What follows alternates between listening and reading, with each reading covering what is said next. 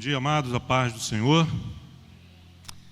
Que a graça, a misericórdia, a bondade, o amor de Deus possa se manifestar nessa manhã em nosso meio, como sempre tem feito em nossas reuniões, sentindo a presença dEle, a unção do Seu Espírito, na ministração de cada palavra, independente de quem esteja aqui no púlpito, com a missão de abrir as Sagradas Escrituras, ler, explicar e aplicar. Queridos, dando continuidade ao nosso estudo, ao livro de Atos, peço que abram suas Bíblias em Atos 21, versículo 17.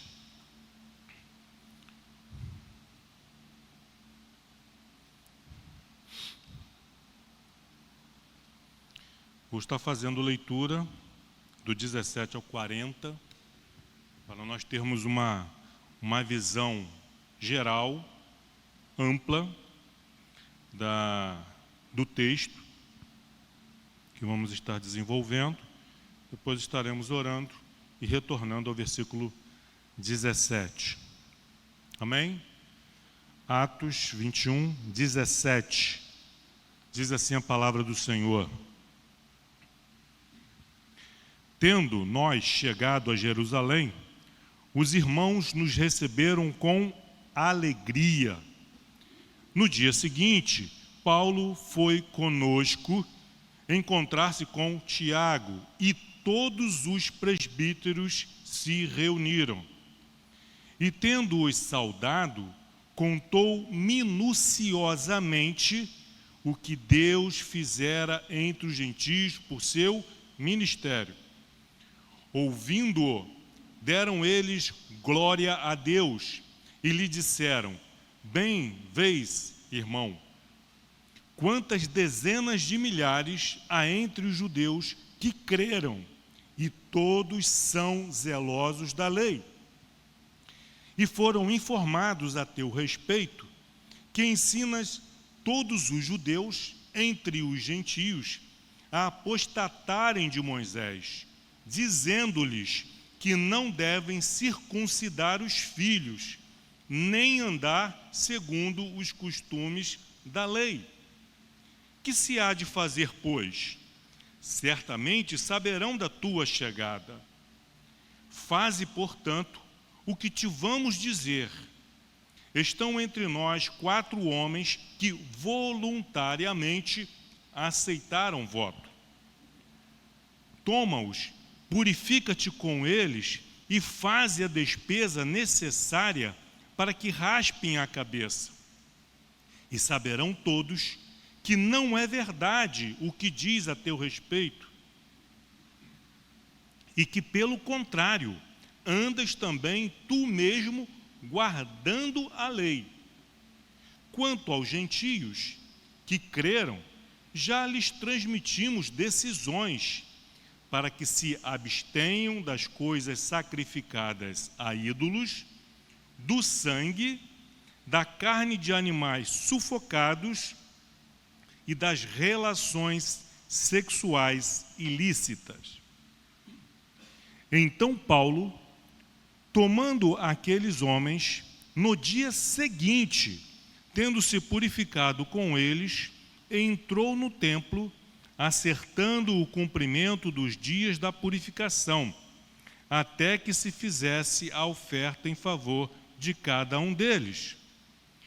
Quando já estavam por findar os 7 dias, os judeus vindo da Ásia, tendo visto Paulo no templo, alvoroçaram todo o povo e o agarraram, gritando: Israelitas, socorro! Este é o homem que por toda parte ensina todos a serem contra o povo, contra a lei e contra este lugar.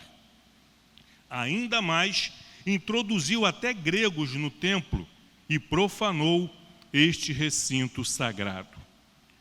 Pois antes tinham visto Trófimo, o Efésio, em sua companhia, na cidade, e julgavam que Paulo o introduzira no templo. Agitou-se toda a cidade, havendo concorrência do povo, e, agarrando a Paulo, arrastaram-no para fora do templo, e imediatamente foram fechadas as portas. Procurando eles matá-lo, chegou ao conhecimento do comandante da força que toda Jerusalém estava amotinada. Então, este, levando logo soldados e centuriões, correu para o meio do povo. Ao verem chegar o comandante e os soldados, cessaram de espancar Paulo. Aproximando-se o comandante, apoderou-se de Paulo e ordenou que fosse acorrentado com 2 cadeias, perguntando quem era e o que havia feito. Na multidão, uns gritavam de um modo, outros de outro, não podendo ele, porém, saber a verdade, por causa do tumulto. Ordenou que Paulo fosse recolhido à fortaleza. Ao chegar às escadas, foi preciso que os soldados o carregassem, por causa da violência da multidão, pois a massa do povo o seguia gritando: mata-o! E quando Paulo ia sendo recolhido à fortaleza, disse ao comandante: é-me permitido dizer alguma coisa? Respondeu ele: sabes o grego? Não és tu, porventura, o egípcio que há tempos sublevou e conduziu ao deserto 4.000 sicários? Respondeu-lhe Paulo: eu sou judeu, natural de Tarso, cidade não insignificante da Cilícia, e rogo-te que me permitas falar ao povo. Obtida a permissão, Paulo, em pé na escada, fez com a mão sinal ao povo. Fez-se grande silêncio, e ele falou em língua hebraica, dizendo: amém. Pai amado, Pai querido, louvado e bendito seja o teu santo nome.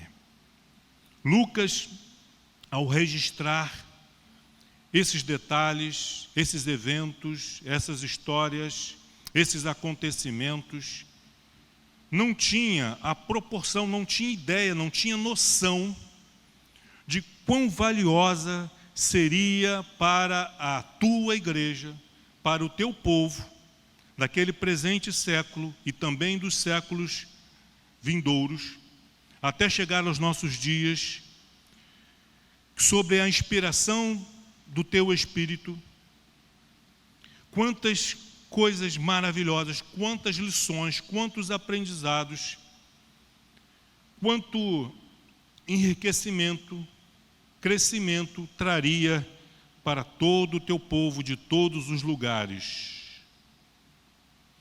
E contamos, Senhor, com o teu Espírito nesta manhã para nos inspirar, nos conduzir na exposição da tua palavra, trazendo salvação, libertação, cura e edificação em nome de Cristo Jesus. A ti, Senhor, toda a honra, toda a glória e todo o louvor. Amém. No último domingo, tivemos a oportunidade de darmos início ao capítulo 21, tratando da chegada, da saída de Paulo de Tiro, quando ele se reúne ali com os presbíteros, e agora no versículo 17, ele chegando. Nessa viagem que durou aí por cerca de 2 semanas, ele finalmente chega em Jerusalém. Apesar de ter a ciência de que enfrentaria sérios problemas chegando na capital de Israel. E também foi no meio do caminho, foi avisado, foi advertido por diversos irmãos, e esses mesmos até clamaram, pediram, imploraram para que ele não viesse, não fosse para Jerusalém, em função de que ele seria preso. Mas Paulo tinha uma missão, como nós também temos, missões distintas, missões diferentes, mas cada um de nós temos uma missão dada por Deus, e é importante nós conhecermos a nossa missão, para não vivermos, como folhas secas levadas pelo vento. Quando nós temos uma missão, sabemos e conhecemos o objetivo de Deus, o propósito de Deus para a nossa vida, então a gente coloca aquilo ali como um alvo e buscamos aquilo ali, custe o que custar.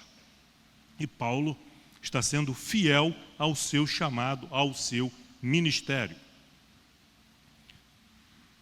No versículo 17 diz que quando nós chegamos, Lucas é companheiro de viagem de Paulo, companheiro de missões, e ele não chegou os dois, chegaram outros homens com eles, gregos, que vai causar, o fato de Paulo andar com esses homens vai trazer confusão, como nós já lemos, mas vamos explicar com mais detalhes, com mais abrangência. Tendo nós chegado a Jerusalém, os irmãos nos receberam com alegria. Como é importante esse versículo tão pequeno, mas dizendo que os irmãos nos receberam com alegria. Isso deixa claro que não havia animosidade entre o ministério de Paulo, que era entre os gentios, com os gentios, e o ministério dos demais apóstolos em Jerusalém com os judeus, embora de cultura diferente, uma liturgia diferente nos seus cultos, na maneira de adorar a Deus, não havia animosidade, muito pelo contrário, havia amor, havia entendimento, e eles se alegravam quando se encontravam, quando tinham a oportunidade de compartilhar com os irmãos, fosse judeu ou fosse gentio, das maravilhas que Deus tem realizado em seu meio. Versículo 18, no dia seguinte, então ele chegou no dia seguinte, Paulo foi conosco, novamente aí, Lucas estava junto, encontrar-se com Tiago, e todos os presbíteros se reuniram. Esse Tiago não é o Tiago, irmão de João. Como nós bem sabemos, Tiago, irmão de João, foi morto, foi decapitado, como nós já lemos no capítulo 15 de Atos. Esse Tiago aqui não é o irmão de João, é o irmão de Jesus, filho de José e Maria, que a princípio não cria em Jesus, passou a crer em Jesus, de que ele era o Messias, quando ele acompanhou a crucificação, viu Jesus sendo morto, viu Jesus sendo sepultado e depois viu Jesus ressurreto. E aí ele se tornou crente de verdade, passou a crer. O texto aqui de 18, o versículo 18, nos mostra Tiago, então, como a liderança da igreja em Jerusalém. Cadê Pedro? Cadê João? Cadê Mateus? Cadê os demais apóstolos? Nessa época aqui, estamos por volta do ano 58 depois de Cristo, 58, 38, 50, quase 25 anos depois da morte de Jesus. Veja como que o tempo passa rápido. A gente lê Atos, pensa que tudo está acontecendo num período curto de tempo. Já havíamos passado aqui mais ou menos aproximadamente 25 anos da morte de Jesus. Nesses 25 anos, a igreja em Jerusalém cresceu, se multiplicou, os apóstolos também saíram pelo mundo, em obediência à ordenança de Jesus. Jesus, antes de ascender aos céus, o que ele disse a seus discípulos? Permanecei em Jerusalém, até que do alto sejais revestidos de poder, e sereis minhas testemunhas, testemunhas de algo que eles viram, que eles ouviram. Ninguém pode ser testemunha de algo que não viu, de algo que não presenciou. Sereis minhas testemunhas. Em Jerusalém, em Samaria e até os confins da terra. Então os apóstolos agora já estão, cada qual com seu ministério, entre os judeus, mas fora do território de Israel. Paulo, o seu ministério, a sua atuação é fora do território de Israel, mas especificamente aos gentios, não aos judeus. Mesmo assim, ao longo das suas 3 viagens missionárias, muitos judeus vieram a crer em Jesus por intermédio do ministério de Paulo. Eu fui chamado aos gentios, só prego aos gentios, só ensino. Não. Quem tiver fome e sede, venha e receba, seja judeu, seja gentio. Então Tiago, ele assumiu a liderança da igreja ali. Era como se fosse um bispo. E Tiago se reuniu com Paulo e Lucas e os demais companheiros de viagem de Paulo, com quem? Com toda a igreja de Jerusalém. Impossível. Porque como nós lemos aqui, dezenas de milhares já criam em Jesus. Dezenas de milhares, então são mais de 2 dezenas de milhares. Mais de 20 mil. Mais de 30 mil. Como não havia em Jerusalém um espaço onde a igreja, por toda a igreja, vamos chutar por baixo aí, 30 mil pessoas pudessem se reunir num único lugar, na mesma hora, para participar dessa reunião. Impossível. A igreja em Jerusalém, ela estava separada nos lares, na casa daquelas pessoas que tinham os lares maiores, né, que pudessem receber um número grande de pessoas. Então ela se reunia. Os presbíteros se reuniam, se juntavam, tratavam dos assuntos da igreja, mas aos domingos, no primeiro dia da semana, eles se reuniam à noite nesses lares, nessas casas, nessas células, porque não havia um lugar grande o suficiente para receber a todos.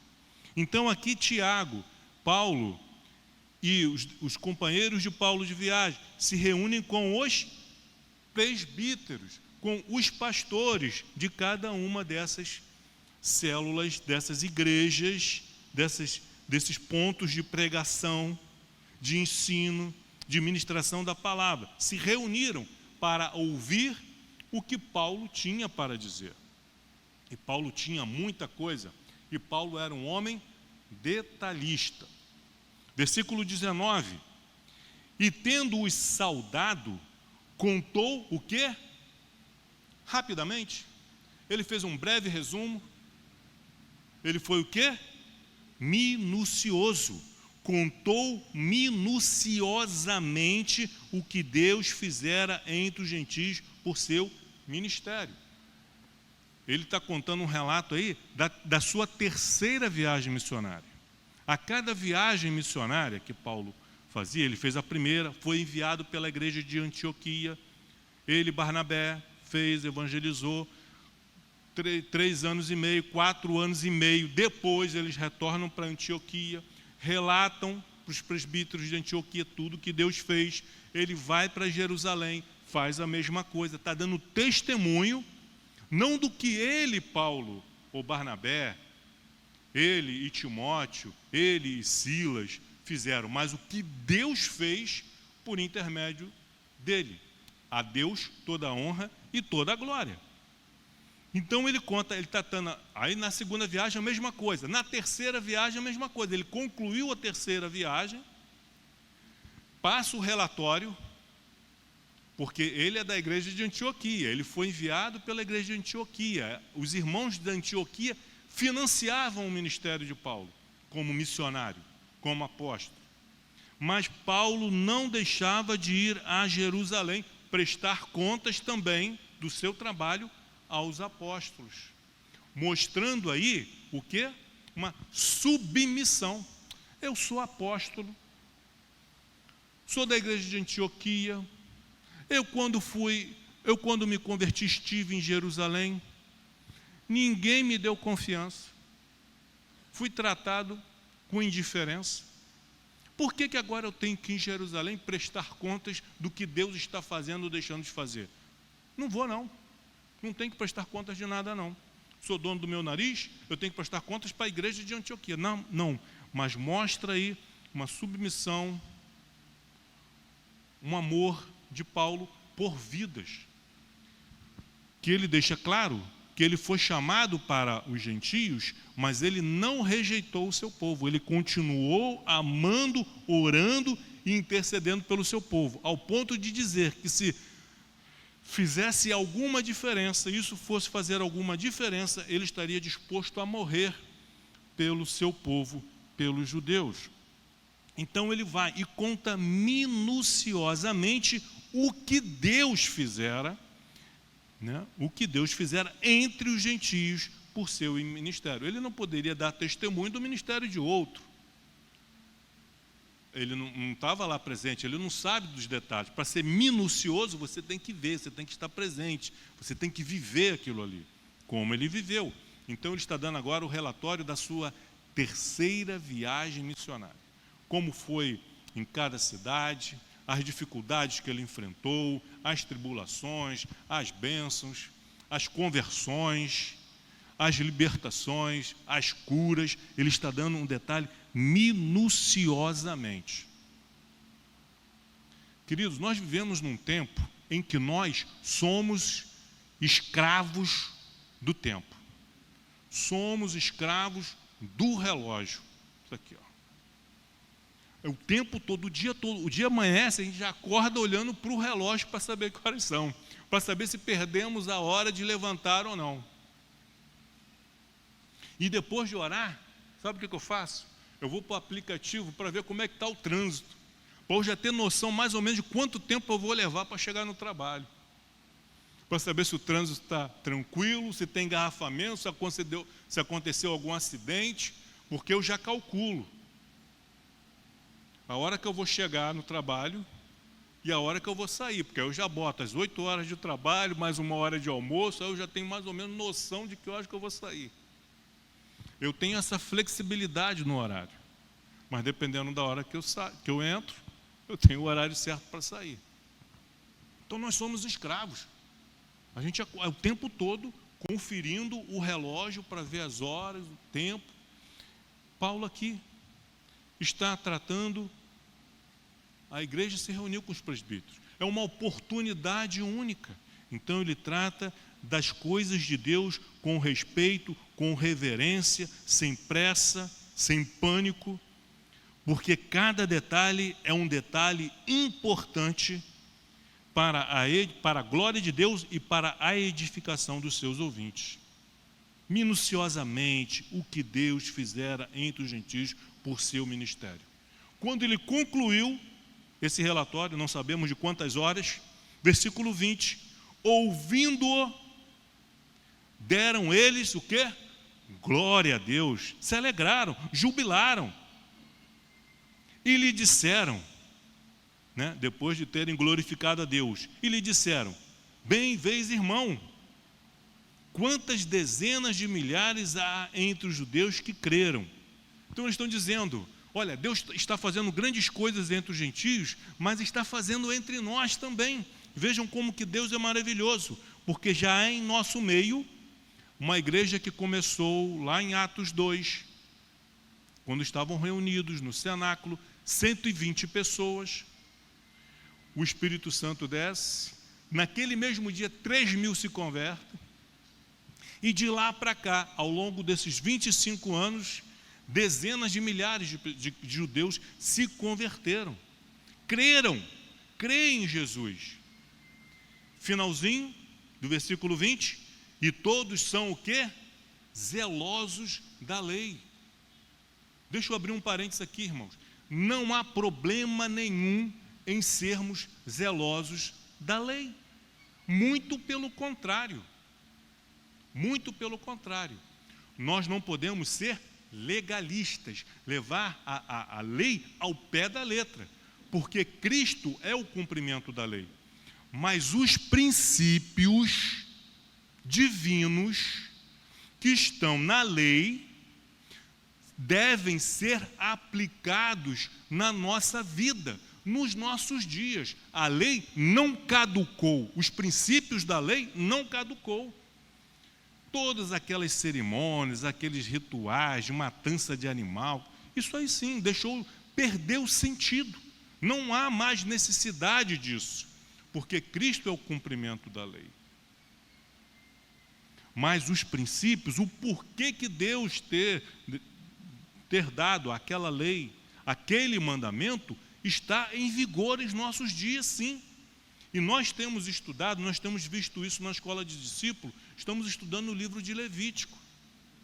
Nós lemos ali, entendemos, aplicamos o texto para aqueles irmãos daquela época, que já estão há de 5 a 6 mil anos atrás, mas as lições, temos que aplicá-las hoje, entender o princípio disso.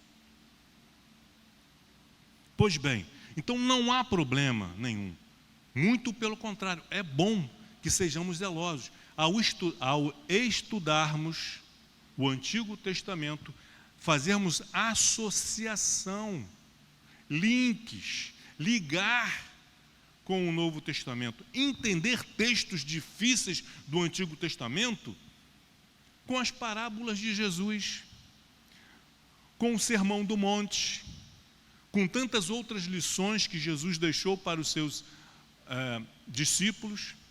Nas epístolas, Hebreus, então, explica muita coisa do livro da lei, do Antigo Testamento, o livro de Hebreus. Quando nós estudamos Hebreus, à luz do Antigo Testamento e vice-versa, nós conseguimos entender muita coisa que hoje, aos nossos olhos, é vedado por falta de entendimento, por falta de iluminação. Zelosos pela lei, sim. Legalistas, não. Como eram os fariseus, não. Mas zelosos, compreendendo o princípio, o significado, o porquê desse mandamento, o porquê dessa lei e aplicar. Por isso, a necessidade de estudarmos as Sagradas Escrituras, lê-la e meditar nela. Versículo 21. Isso aqui é Tiago falando, né? Bem vês, irmãos, quantas dezenas de milhares há entre os judeus que creram e todos são zelosos da lei. E, continuando, e foram informados. Qual foi a informação que chegou a esses irmãos judeus que se converteram, que hoje creem em Jesus, que são zelosos da lei? Foram informados a teu respeito. Olha o perigo da informação distorcida. Uma verdade distorcida é uma mentira. Ela deixa de ser verdade no momento que distorcemos. Foram informados, uma má informação. Cuidado com aonde, com quem você se informa.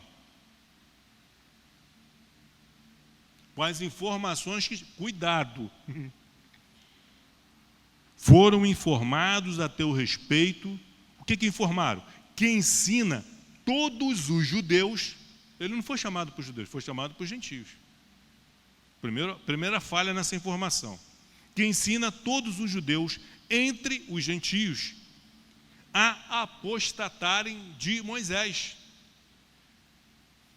Paulo, assim como esses irmãos aqui, esses judeus de Jerusalém, ele também era zeloso da lei. Ele continuava praticando a lei, não mais com aquela mentalidade de fariseu, não mais com aquela mentalidade daquele religioso que perseguia a igreja, com cartas para prender e matar cristãos. Mas ele continuava sendo zeloso da lei, aplicando a lei, só que agora com o entendimento de um cristão.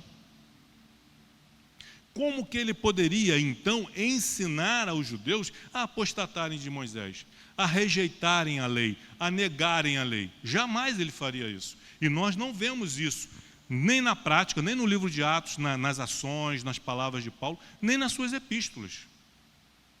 Ele dá o quê? Ele traz luz ao entendimento. Todos os judeus entre os gentios apostatarem de Moisés. Mentira! Ele não dizia isso. Ele apenas explicava o significado, dava o significado, assim como Jesus fez. Paulo está sendo acusado do mesmo crime que acusaram Jesus. O que os fariseus falavam a respeito de Jesus? Ele fala mal da lei, fala mal de Moisés, dos profetas. Ele desrespeita este lugar, se referindo ao templo.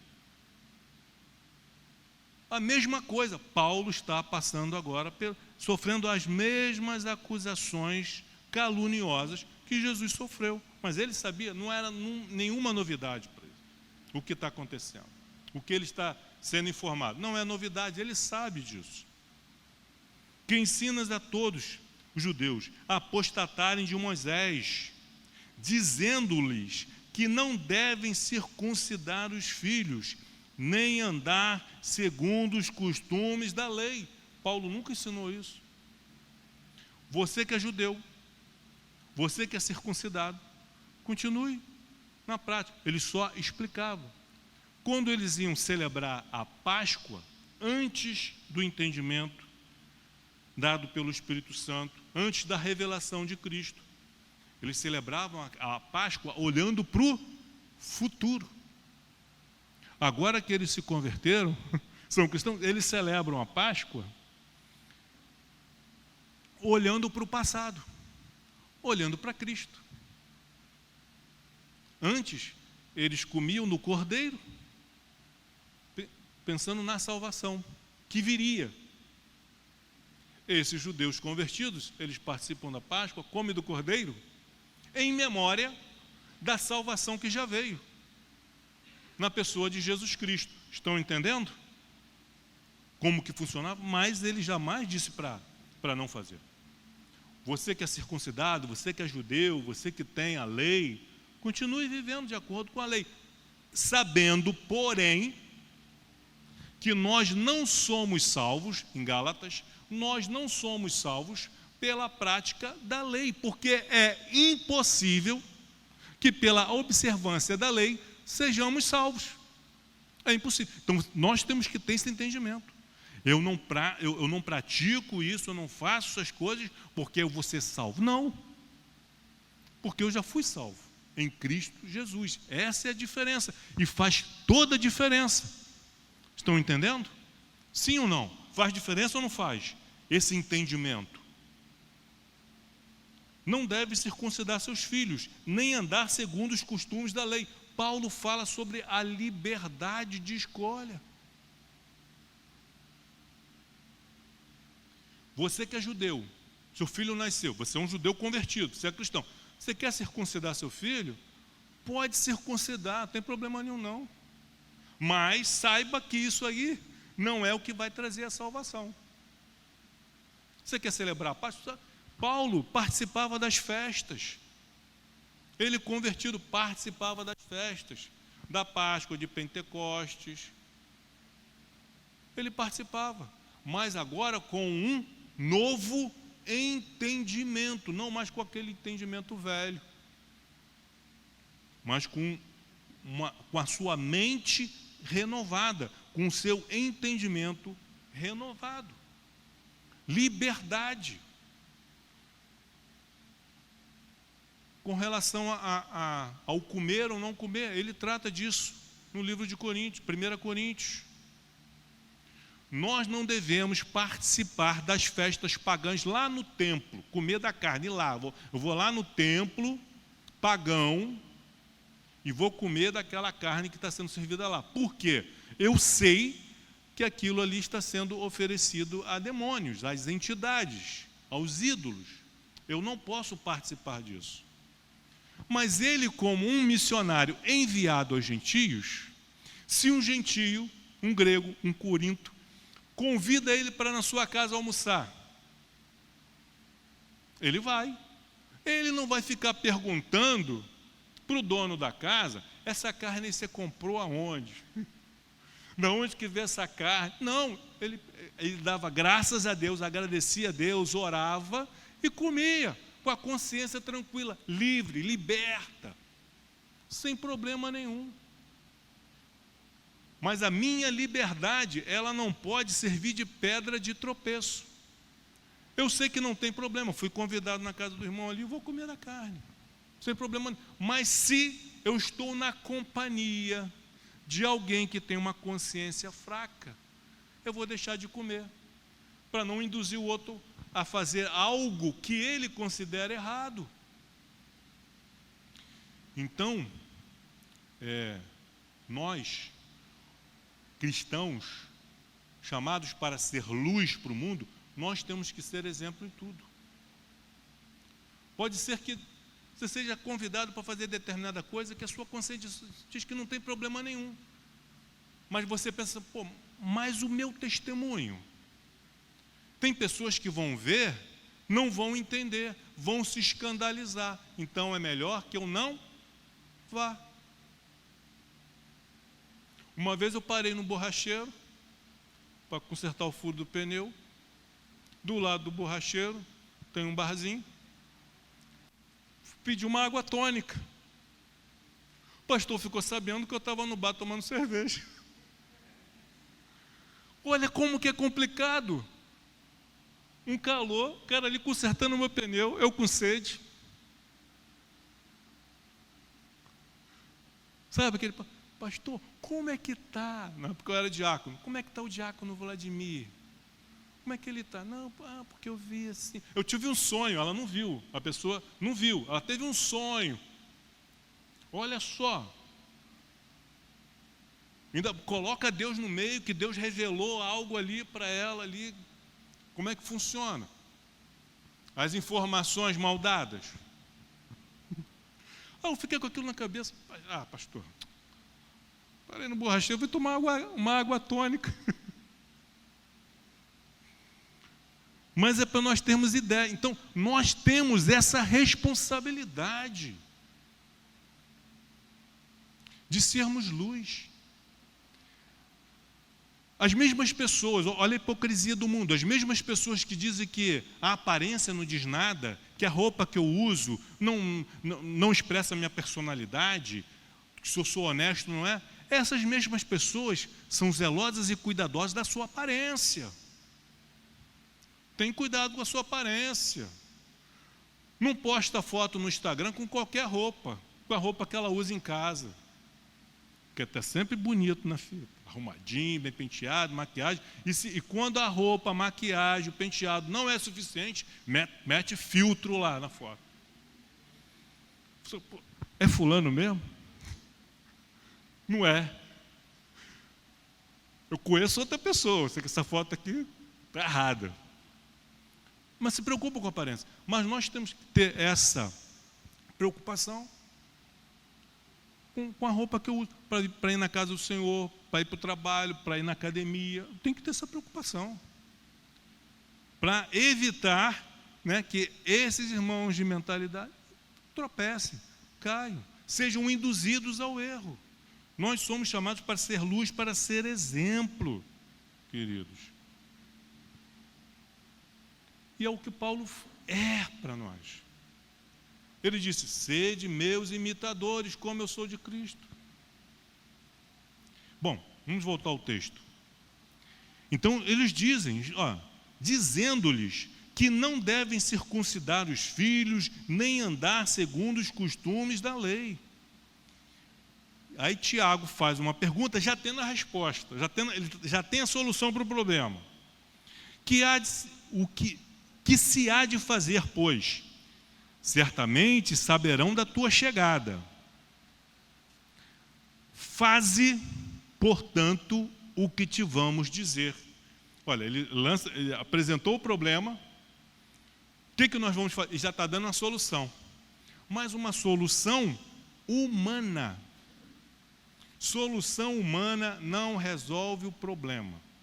Só vai procrastinar ali que o problema venha acontecer, mas não resolve o problema. Você bota uns panos quentes na situação ali agora, para tentar abafar, para tentar, olha, vamos provar para os judeus que o que estão dizendo a seu respeito é mentira. Ok, tudo bem. Mas resolveu o problema? Como nós lemos, resolveu? Não resolveu. O que tinha que acontecer, aconteceu. fosse Paulo lá com esses 4 irmãos que fizeram um voto voluntariamente, não foram obrigados a fazer voto. Voluntariamente foram lá, fizeram o voto, e Paulo foi. Atendeu, fez o que Tiago orientou a fazer. Resolveu o problema? Não resolveu, mas ele fez. Se ele não tivesse feito, como Tiago havia orientado, tivesse feito do jeito dele, ia acontecer do mesmo jeito, porque iriam vê-lo lá no templo, porque ele iria no templo, e tudo o que aconteceu iria acontecer do mesmo jeito. Aí Tiago ia dizer assim: aconteceu porque ele não fez como eu falei. Tá bom, Tiago. Tiago é o quê? É autoridade na igreja de Jerusalém. Tiago não é apóstolo. Eu sou apóstolo, Paulo. Eu sou apóstolo. Por que eu tenho que me submeter à orientação de Tiago, que nem apóstolo é? Não, mas quem é o pastor, o responsável, o líder da igreja de Jerusalém? Tiago. Aí ele analisou. Isso aí é negociável. Isso que Tiago está me propondo, dá para negociar. Tem coisas que não dá para negociar, irmãos. Se Tiago propôs para Paulo: Paulo, você vai pregar e dizer que é necessário que os judeus circuncidem seus filhos, que os gentios também façam a circuncisão. É necessário que guardemos a lei para sermos salvos. Aí não, peraí, Tiago, aí não. Isso que você está me propondo é algo inegociável. Eu não posso abandonar o evangelho da graça, que aponta para Cristo, que diz que é a obra de Cristo, é o sacrifício de Cristo, é a morte de Cristo que nos salva, e não a prática da lei. Isso aí eu não posso fazer. Você me perdoe, mas eu não posso, eu estou fora disso daí. Não me envolva nisso daí. Ele estaria sendo insubmisso, insubordinado? Não. Porque antes devemos submissão a quem? A Deus, que é a autoridade maior. Mas não foi o que aconteceu. Tiago propôs algo que dá para negociar. Aí Paulo falou assim: não, isso aí eu posso fazer sem ofender a Deus, sem ofender o Evangelho, sem quebrar um princípio bíblico. Isso eu posso fazer. Beleza, Tiago. Apertar a mão, vou fazer. Sem problema nenhum. E fez quando? No dia seguinte, como nós lemos. Então, faze, portanto, que vamos dizer. Estão entre nós 4 homens que voluntariamente não foram obrigados. A igreja de Jerusalém não obrigou. Você pode estar aqui na igreja 1 ano, 2 anos, 3 anos, 4 anos. Você não tomou a decisão de se batizar. Ninguém vai te obrigar a se batizar. O batismo tem que ser voluntário. Ninguém vai te obrigar. Você não participa de nenhum ministério, você não trabalha, você não contribui em nenhum setor da igreja. Ninguém vai te obrigar. Tem que ser voluntário. Ninguém vai ter uma campanha para o ar-condicionado. Ninguém vai te obrigar a participar. É voluntário. Não precisa nem botar seu nome no envelope. Bota só o valor e escrever ali, ar-condicionado. Pronto. Ninguém precisa saber quem está participando, quem não está participando, porque isso é voluntário. Quer fazer? Faz. Voluntário. Eu estava falando das diferenças de culto dos gentios e dos judeus. O culto em Israel, em Jerusalém, com certeza as reuniões em Israel, em Jerusalém, da igreja, quando a igreja se reunia, era muito diferente da igreja cristã em Éfeso, em Corinto, em Gálata. Era diferente. Qual o culto? Nós não precisamos nem ir muito longe, em São Gonçalo. Nós temos a nossa liturgia, a Nova Vida tem a sua liturgia, a Assembleia de Deus tem a dela, a Presbiteriana tem a dela, a Batista tem a dela. E nós temos que respeitar. Quando nós formos convidados e formos a uma dessas igrejas irmãs, estivermos, nós temos que respeitar a liturgia deles. For convidado para uma igreja onde as irmãs não podem usar calça comprida, eu vou chegar para minha esposa, bota uma saia, bota um vestido, tem que respeitar lá. Aí chega lá, as irmãzinhas tudo de véu na cabeça, aí, irmão, tem que botar um véu. Ué, é respeitar a liturgia do outro, as diferenças. O Jesus Cristo que é adorado, que é cultuado na África, é o mesmo Jesus Cristo que nós cultuamos aqui, mas há diferença na liturgia. Eu vou dizer para aqueles irmãozinhos africanos que gostam de dançar, que gostam de cantar, não adore, você tem que estar paradinho, como fazia lá a igreja luterana, lá no princípio. Só piano, só órgão. Não pode ter guitarra, não pode ter bateria, não pode ter tambor, porque tambor é do diabo. O diabo não é dono de nada, ele é um ladrão. Então nós temos que respeitar essa liturgia. Cheguei na igreja, homens sentam de um lado, mulheres do outro. Beleza, mozinho. Pode nem beijar. Senta lá que eu sento aqui. Respeitar a liturgia do outro. Então, ele, respeitando aqui a liturgia, a liderança de Tiago em Jerusalém, ele se submete. Ok, beleza. Não estou rasgando as Sagradas Escrituras, não estou negando o Evangelho da Graça, muito pelo contrário, eu estou amando os irmãos de Jerusalém. Eu não quero que essas mentiras se tornem pedra de tropeço para eles rejeitarem o meu Evangelho, o Evangelho de Cristo. A nossa maneira de vestir, a nossa maneira de falar, ela tem que ser neutra. Ela não pode ser nem positiva nem negativa, tem que ser neutra. Eu quero evangelizar os metaleiros, então vou me vestir como metaleiro, mas eu só vou alcançar os metaleiros. Quero evangelizar os sertanejos, então vou me vestir, vou criar uma igreja sertaneja. Vou lá para Goiás, Minas Gerais, então eu vou criar uma igreja sertaneja. Todo mundo de chapéu, calça de couro, jeans, né? E você só vai alcançar aquele público. Quando eu sou neutro, o evangelho, ele não é rejeitado. Eu não estou excluindo ninguém do pacote. Vocês estão entendendo, querido?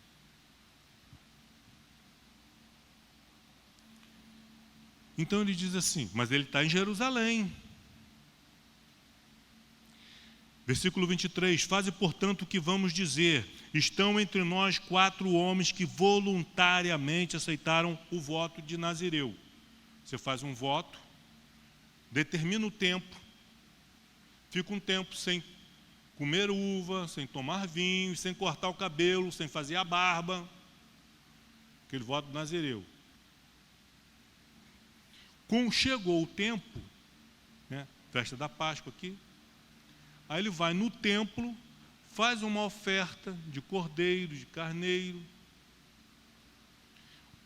uma oferta de pães asmos, ofertas pacíficas, paga por isso, vai ter sua cabeça raspada. É um costume estranho para nós. É estranho, porque vai ter sua cabeça raspada e aquele animal que está sendo sacrificado, o seu cabelo vai ser queimado junto ali. É algo estranho para nós. Mas fazia parte da cultura deles, tem um porquê, tem um significado, e na medida que nós avançarmos nos nossos estudos de Levítico, Números e Deuteronômio, a gente vai entender, a gente vai chegar lá. Quem estiver na escola de discípulos. Era estranho, mas fazia parte da cultura deles. A maior parte da vida de Paulo, ele foi inserido nesse contexto. Então, não tem problema nenhum não.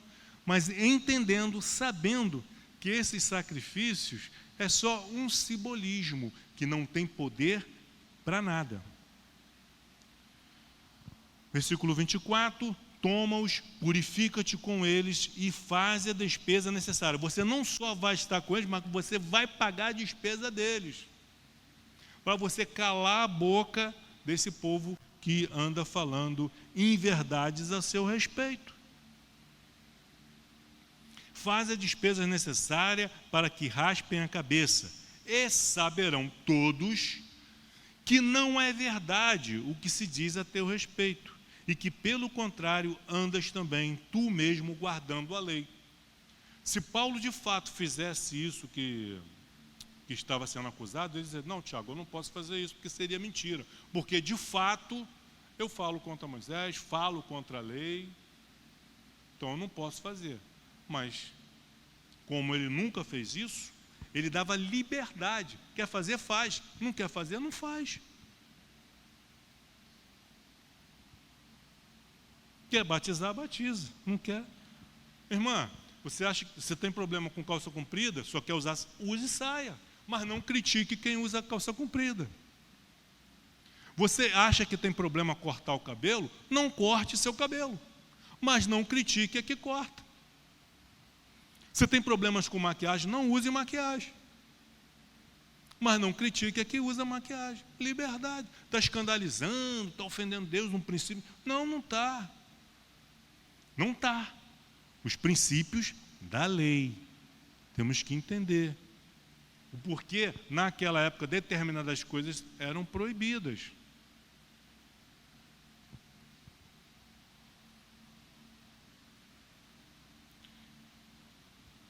E saberão todos que não é verdade o que se diz a teu respeito, e que pelo contrário, andas também tu mesmo guardando a lei. Ele, quando estava com os judeus, guardava a lei. Quando estava com os gentios, não guardava a lei. Ele era livre. Está sendo hipócrita? Não, ele está apenas colocando em prática aquilo que ele aprendeu. Pela lei, Jesus não poderia entrar na casa de Zaqueu. Ele entrou. Pela lei, Jesus não podia tocar num leproso. Ele tocou.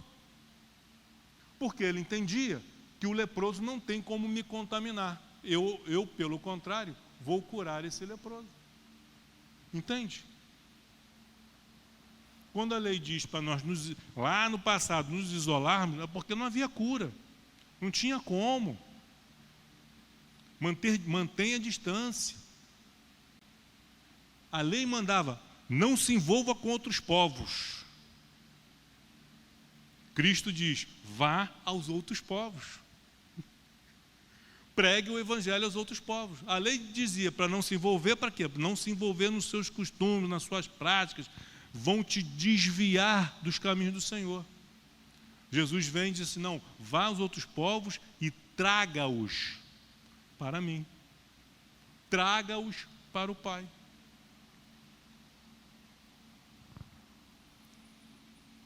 Que pelo contrário, andas também tu mesmo guardando a lei.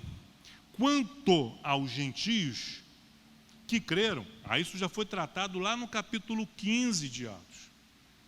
Do capítulo 15 de Atos, lembra quando teve, Paulo estava lá em Antioquia, aí chegou um grupo de judeus dizendo: olha, esses gentios aí que se converteram, eles têm que se circuncidar. Paulo: não, eles não têm que se circuncidar não, coisa nenhuma não. Eles não são descendentes de judeus, eles não são judeus, eles não precisam circuncidar. Aí teve um debate. Vocês lembram disso, capítulo 15? Não chegaram, então vamos fazer o seguinte: vamos lá para Jerusalém, levar essa questão lá para os apóstolos. Saíram de Antioquia, vieram para Jerusalém, chegaram em Jerusalém, apresentaram o problema, apresentaram a questão. E aí foi Tiago mesmo que deu esse parecer. Olha, não vamos colocar sobre os ombros dos gentios essa responsabilidade, essa obrigação. Mas que eles apenas, e aí ele está repetindo aqui, isso aconteceu há 9 anos atrás. É quase o tempo que nós estamos aqui no Coelho. Vê como que o tempo passa rápido. Do capítulo 15 para o capítulo 21, 9 anos. E aí o que eles falaram? Então Paulo, tomando aqueles homens, pulei, versículo 25, né? Isso, Tiago. quanto aos gentios que creram, já lhes transmitimos as decisões. Já transmitimos lá em Atos 15, 29. Para que qual foram as decisões que eles tomaram com relação aos gentios? Que se abstenham das coisas sacrificadas aos ídolos, ok. Não consumam sangue, ok. Nem carne de animais sufocados, porque quando o animal morre sufocado, o sangue fica preso ali na carne. E das relações sexuais ilícitas. Isso aí é o que cabe ao gentio. Não precisa guardar leis, sábados, cerimônias, circuncisão. Os gentios não precisam. O judeu também não precisa. Mas se o judeu quiser, deixa participar. Não está ofendendo a Deus, porque eles estão guardando uma lei que foi de Deus, criada por Deus, instituída por Deus. É diferente quando uma pessoa vem de uma religião pagã, se converteu ao cristianismo, ele tem que abandonar aquilo ali tudo. Então se o judeu pode continuar nas práticas religiosas da época da lei, eu também posso. Não, é diferente. Não confundam as estações. Estão entendendo? Veio de religião pagã, tem que negar aquilo ali tudo. Aí sim, tem que se apostatar daquilo ali, tudo novo. Os judeus estão nessa tradição e ao longo do tempo isso foi se perdendo. Agora vejam bem, hoje, e não é novidade o que eu vou falar, tem igrejas messiânicas pelo Brasil, surgindo, pipocando pelo Brasil. Não só pelo Brasil, como pelo mundo, querendo nos tornar judeus. Não faz sentido. Esse povo não lê a Bíblia. Aí querem que, não, nós temos que guardar as festas. Por que temos que guardar as festas? Qual o princípio das festas? O porquê das festas? Isso que nós temos que entender e praticar. Aí já tem igreja aí que não é mais pastor, é sacerdote. Não tem o bispo, tem o sumo sacerdote. Cara, que loucura. Não faz sentido. E aí, toma o púlpito com aqueles trajes, com aquelas roupas. Não faz sentido. Não tem porquê isso. Estão andando na contramão.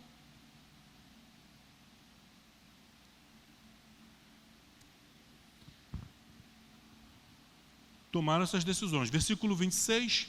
Então Paulo, tomando aqueles homens, no dia seguinte, logo um dia depois, tendo-se purificado, participou do ritual de purificação, de lavagem, de banho, purificado com eles, entrou no templo, acertando o cumprimento dos dias da purificação, até que se fizesse a oferta em favor de cada um deles. Foram lá acertaram. Quantos são os dias da purificação? Versículo 27, do acerto.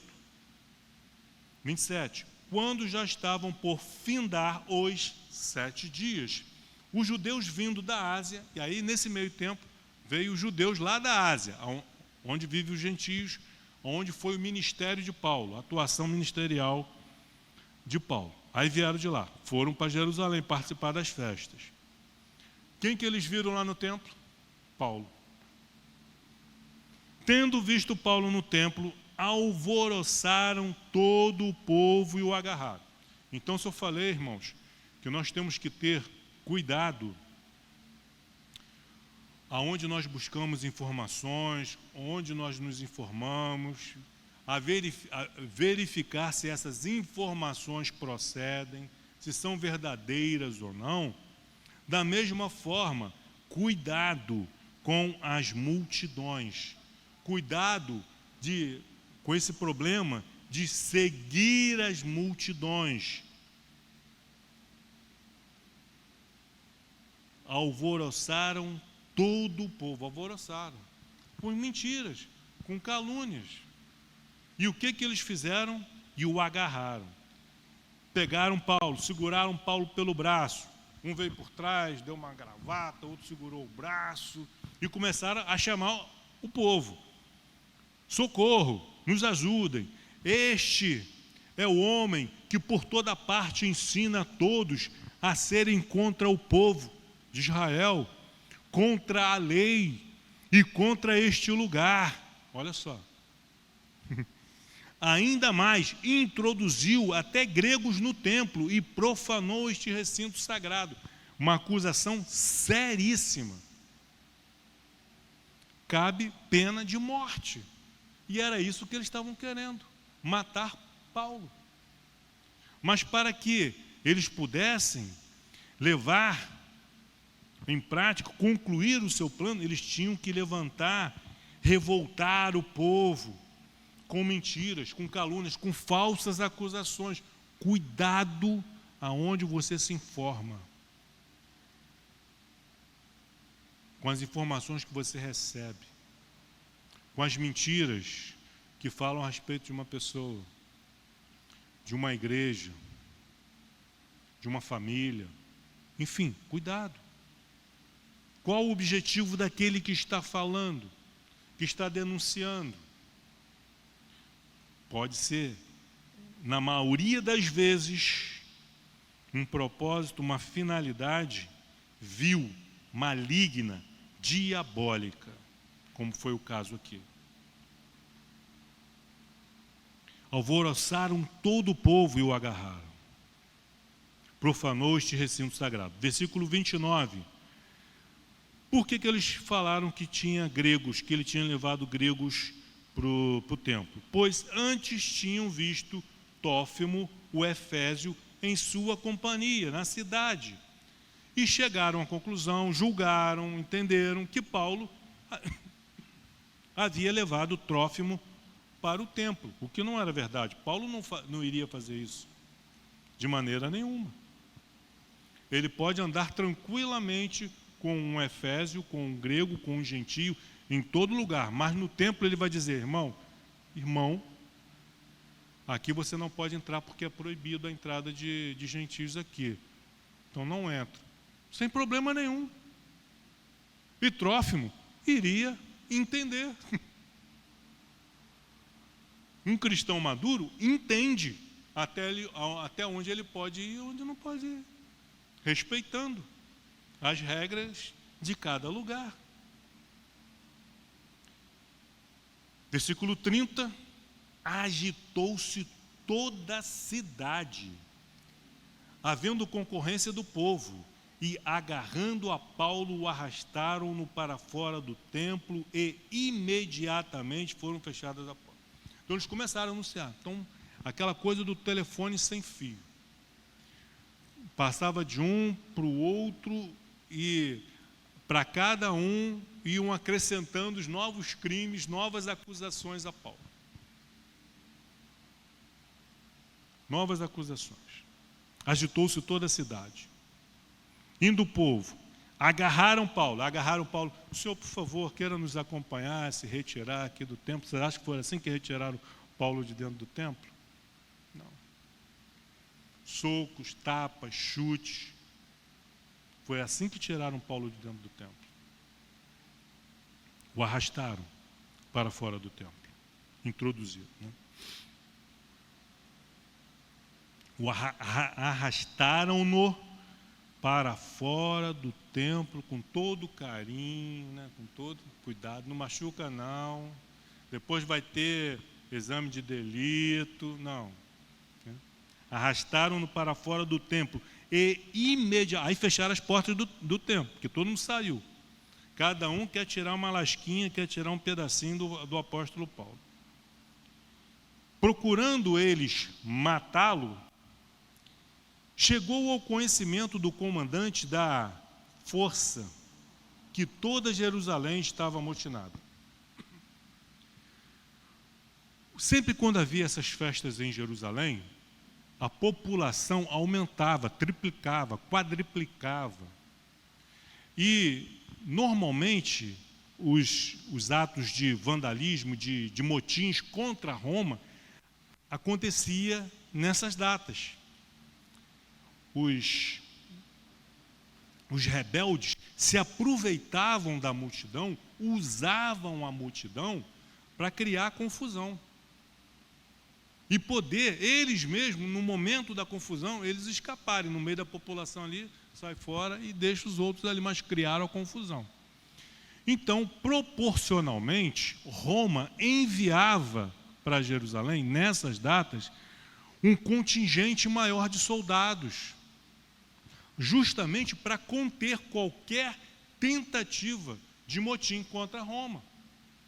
Então, vejam, esse comandante da força que toda Jerusalém estava amotinando, ele tinha aqui na sua presença, ó, versículo 32, então este levando consigo o quê? Soldados e centuriões. Cada centurião tem ao seu serviço 100 soldados. Aqui está no plural, centuriões, digamos que sejam 2, só aí já são 200, mas pode ser mais, pode ser 3, 4, 5 centuriões. Centuriões, eu acredito que eram mais de 2. E soldados, muitos soldados, uma tropa forte. Correu para o meio do povo. O que o povo viu quando viu o exército ali chegando? Ao verem chegar o comandante e os soldados, cessaram de espancar Paulo. Estava todo mundo ali. Quando viram, largaram Paulo, só de eu não fiz nada, não fui eu. E Paulo estava bem?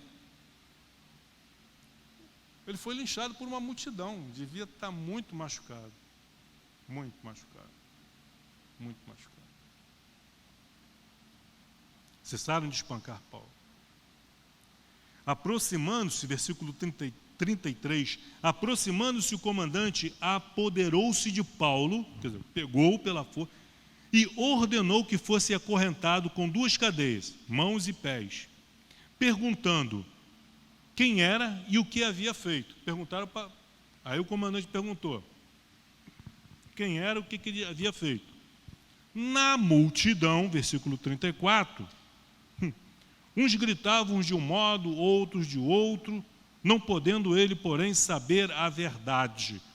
Por causa do tumulto, ordenou que Paulo fosse recolhido à fortaleza. Cada um dizia, é ladrão, é assassino, é estuprador, é pedófilo, cada um falava uma coisa. Uns diziam, prende, outros diziam, mata, outros, não só mata não, esquarteja. Cada um dizia uma coisa, uma confusão. O comandante não conseguiu, por causa do tumulto. Então o que ele fez? Ordenou que Paulo fosse recolhido à fortaleza, à cadeia, à prisão. Versículo 35. Então, já está nas ruas, já está fora do templo e está sendo conduzido para a fortaleza, para a prisão. Quando está subindo as escadas da prisão, foi preciso que os soldados o carregassem. Por causa do quê? Da violência da multidão. Mesmo com a presença dos soldados ali, ainda assim, Paulo passava, se o soldado desse um mole, já corria uma mão. No rosto, na cabeça, acertavam, batiam aonde podia. Mas por causa da multidão, os soldados precisaram carregá-lo quando chegou às escadas.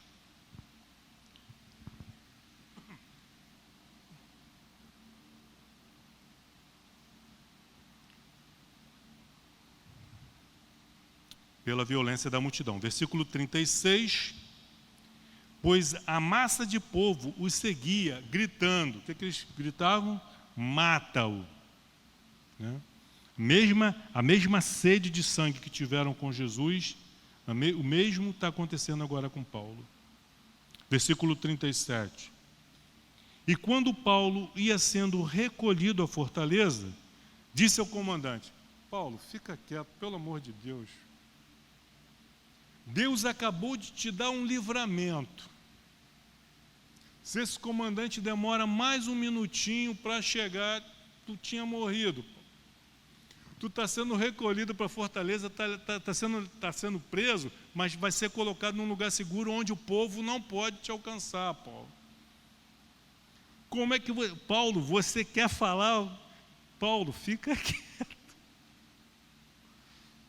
Aí Paulo vira para o comandante, todo machucado. É-me permitido dizer alguma coisa? Ele queria falar. Paulo, impressionante, gente. Qualquer um de nós tinha ficado quietinho. Tinha corrido direto para a cela. Ele vira para o comandante. É-me permitido dizer alguma coisa? E aí o comandante se surpreendeu. Respondeu ele: sabes o grego? Você sabe falar grego? Você fala grego? Aí ele respondeu. Não, aí o comandante falando: não, mas tu, porventura, o egípcio... Olha só, o comandante já estava associando Paulo, achando que Paulo era um egípcio que há tempos sublevou, amotinou, revoltou, levantou, fez um levante contra Roma e conduziu ao deserto 4.000 sicários, malfeitores, bandidos, assassinos. Respondeu-lhe Paulo: eu sou judeu, natural de Tarso, cidade não insignificante da Cilícia. Cilícia é território italiano. Ele era um judeu, nascido em território italiano. Portanto, ele era italiano, cidadão italiano. Da Cilícia. E rogo-te que me permitas falar ao povo. Eu quero falar para o povo. Olha a intervenção divina. Se não é intervenção divina, o comandante fala: cara, tu não vai falar nada. Prende esse cara logo. Prende esse maluco. Intervenção divina. O que fez, o que moveu o comandante a permitir que Paulo falasse? Se não Deus. Eu vejo aqui o mover de Deus. Foi Deus que agiu por intermédio do comandante, e permitiu que Paulo falasse. Caso contrário, eu, no lugar do comandante, resolvi o problema ali da revolta, da amotinação. Falei: não vai falar nada não, cara. Você vai falar lá no tribunal. Aqui para o povo tu não vai falar nada não. Está maluco? Mas o comandante permitiu que Paulo falasse. É um milagre de Deus. Eu consigo ver o milagre de Deus nisso daqui, gente. Respondeu-lhe Paulo: eu sou judeu, natural de Tarso, cidade não insignificante da Cilícia, rogo-te que me permitas falar ao povo. Versículo 40. Obtida a permissão, Paulo, em pé na escada, fez com a mão sinal ao povo. Fez-se grande silêncio. E ele falou em língua hebraica, dizendo: olha só, nova intervenção divina. Deus interviu, colocando aquele comandante, aquela tropa ali próximo do local, para que Paulo não fosse morto. Ele apanhou. E não foi pouco, apanhou, mas não morreu. Intervenção divina.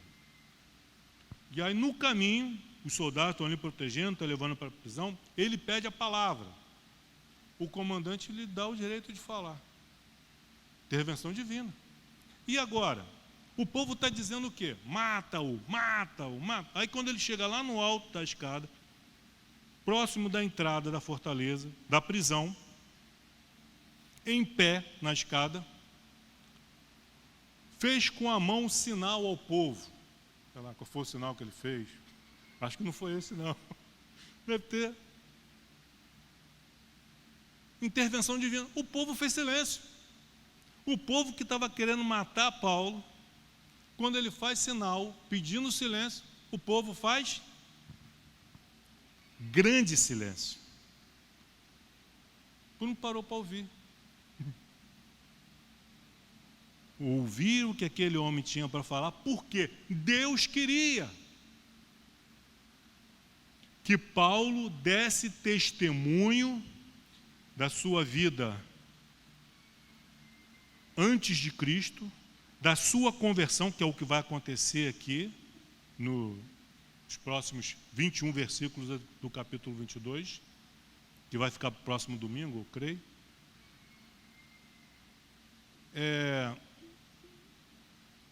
Então ele fala da vida dele, de como que ele era fiel à lei, como que ele perseguia a igreja, com cartas para prender, para matar.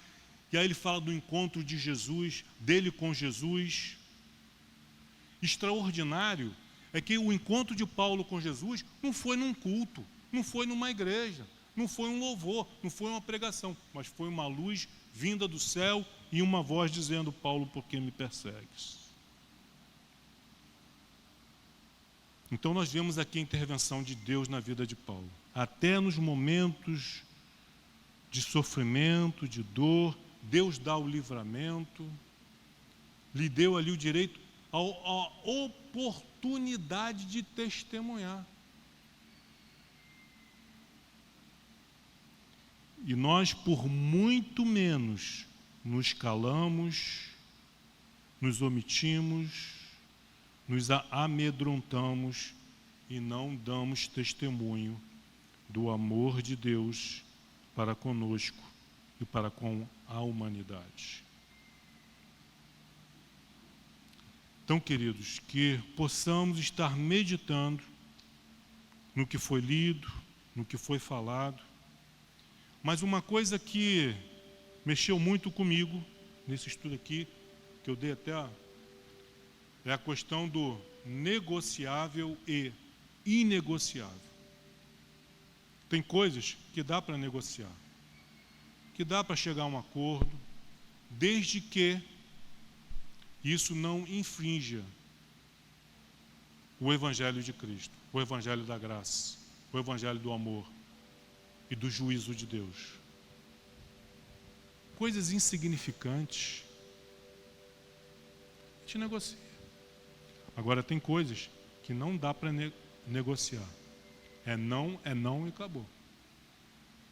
E que Deus nos dê sabedoria para que ao longo das nossas vidas tenhamos o conhecimento, o discernimento, o entendimento de saber diferenciar o negociável do inegociável.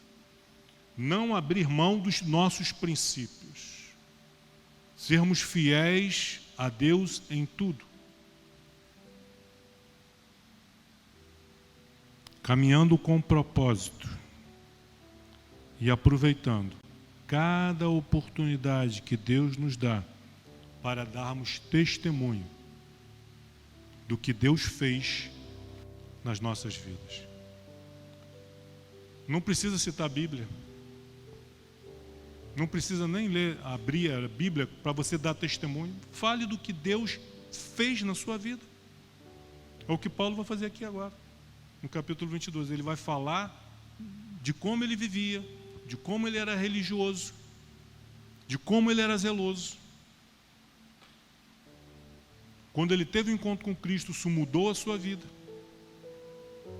Ele continua fiel a Deus, só que agora com entendimento.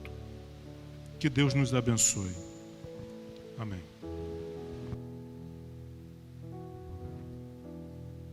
Vamos ficar de pé. Vamos cantar essa oração e dizer: Senhor, que eu possa ser esse cristão como Paulo, que tenho ousadia de, mesmo diante das dificuldades, diante do medo, me manter firme na palavra que eu tenho recebido.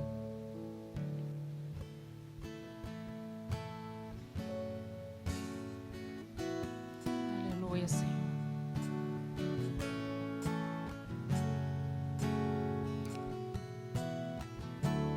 Nosso Pai, que o teu nome seja mantido santo, venha o teu reino.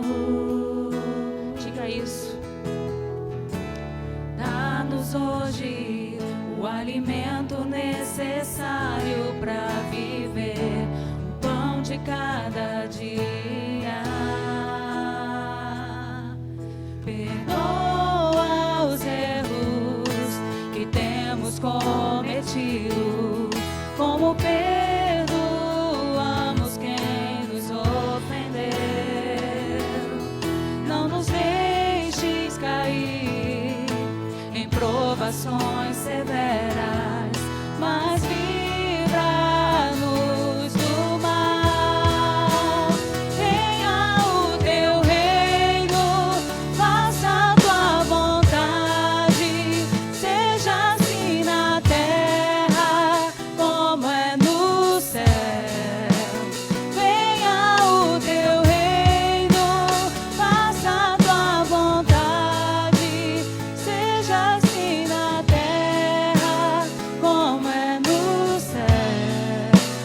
convidar a cantar novamente.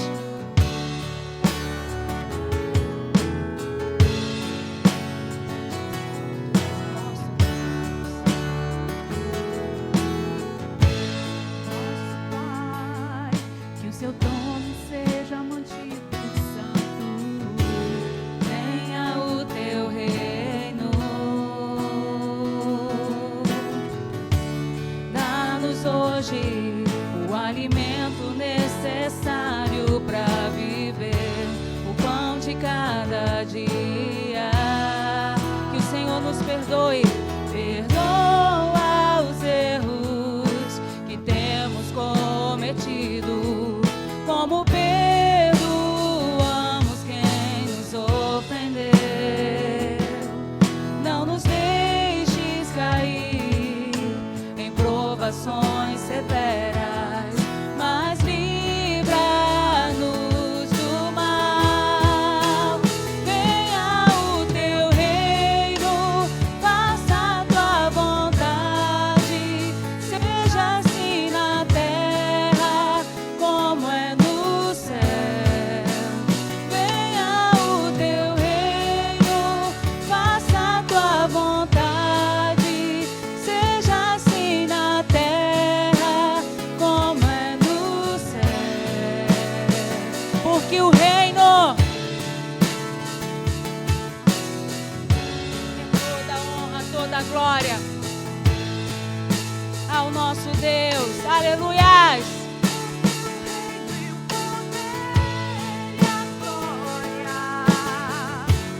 São Deus para sempre,